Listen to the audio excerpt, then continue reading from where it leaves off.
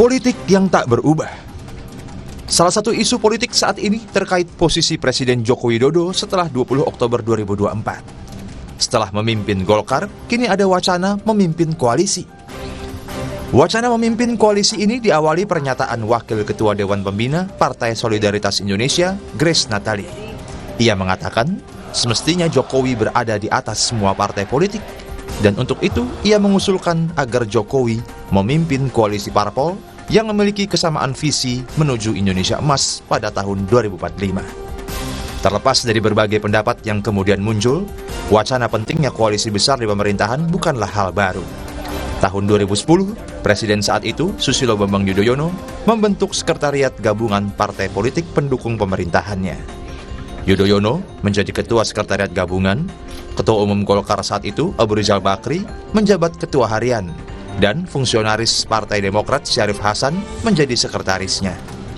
Parpol anggota Sekretariat Gabungan menguasai 423 dari 560 kursi di DPR atau sekitar 75,5% kursi DPR RI. Sekretariat Gabungan dimaksud sebagai wadah parpol anggota koalisi untuk membicarakan sejumlah isu. Dengan cara ini, koalisi pemerintahan diharapkan lebih efektif. Istilah Sekretariat Gabungan tidak ada dalam pemerintahan Presiden Jokowi. Namun, Jokowi juga membentuk koalisi parpol pendukung pemerintahannya. Sebelum pemilu 2024, dari 9 parpol pemilik kursi di DPR RI, hanya 2 parpol, yaitu Partai Demokrat dan Partai Keadilan Sejahtera, yang tidak masuk dalam parpol anggota koalisi pemerintahan Presiden Jokowi. Kini, Partai Demokrat masuk dalam koalisi. Besarnya koalisi pendukung pemerintahan ini berperan besar dalam mendukung lancarnya pembahasan sejumlah undang-undang, seperti Undang-Undang Cipta Kerja, Undang-Undang KUHP, dan Undang-Undang Ibu Kota Negara. Dalam sistem presidensial, agar dapat menjalankan pemerintahannya secara efektif, Presiden memang membutuhkan dukungan yang kuat dari parlemen. Untuk itulah, koalisi parpol pendukung pemerintahan dibutuhkan. Namun, selain untuk lancarnya pemerintahan, pembentukan koalisi juga patut diduga dihiasi kepentingan pribadi para elit politik yang ada di dalamnya.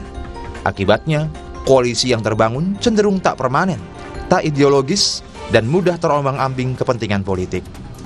Dengan pertimbangan itu, sulit membayangkan misalnya wujud koalisi seperti yang disebut Grace Natali. Pasalnya, masih sulit memastikan kekuatan politik Jokowi setelah tidak lagi menjabat presiden dan kepentingan praktis para elit politik saat itu. Namun, hal yang pasti, sejumlah wacana politik belakangan ini menunjukkan politik Indonesia belum banyak berubah. Politik lebih banyak dipahami hanya sebagai cara mendapatkan serta mempertahankan kekuasaan dan kekuatan. Di tengah kondisi seperti ini, rakyat mesti lebih aktif menjaga hak-haknya sebagai warga negara. Caranya antara lain dengan mengawal rekapitulasi suara pemilu 2024.